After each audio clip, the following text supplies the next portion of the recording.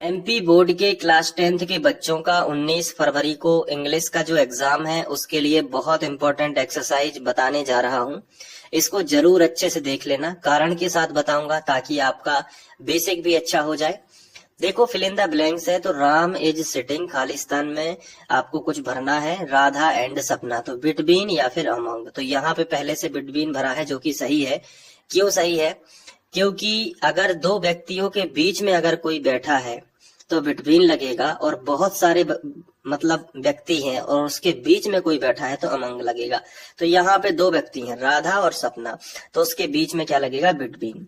इसके बाद मून के आगे तो दा ही लगेगा, इसमें कोई दो राय नहीं है, क्योंकि मून संसार में एक ही है, तो मून दा लगेगा। ठीक है, वॉक स्लोली एंड साइलेंटली। ठीक है, अब आगे है कि मंडे कम्स, देखो संडे, अब बिफोर या फिर आफ्टर। तो देखो, मंडे कब आता है? संडे के बाद आता है, तो आफ्टर आने होता है के बाद, और बिफोर मतलब होता है के पहले।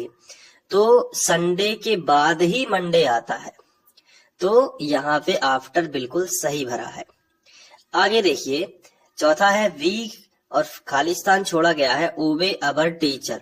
अब यहाँ पे आपको ऑप्शन दिए गए हैं कि ऑट टू भरना है या फिर शुड भरना है। तो आपको बताना है कि ऑट टू या शुड या फिर मस्ट भरना है। तो इसका करेक्ट आंसर होगा ऑट टू। ठीक है, B ought to obey our teacher. देखो, अब इस चीज को अच्छे समझना है। शुड मतलब चाहिए, रूल वगैरह में।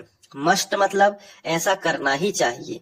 लेकिन ऑट टू का इस्तेमाल कब होता है? जब किसी आज्ञा का पालन हो, कोई रिस्पेक्ट वाली चीज हो, तो ऑट टू का इस्तेमाल वहां पे आपको करना है। अगर कोई रिस्पेक्ट वाली चीज है तो यहाँ पे ऑट टू लिखेंगे।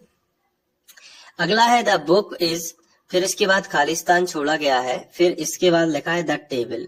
तो देखो, द बुक इज, तो टेबल से बुक टच में है तो ऑन लगेगा, लेकिन टच में ना हो तो अपॉन लगेगा। तो टेबल से बुक तो जो है वो टच में रहेगी ना।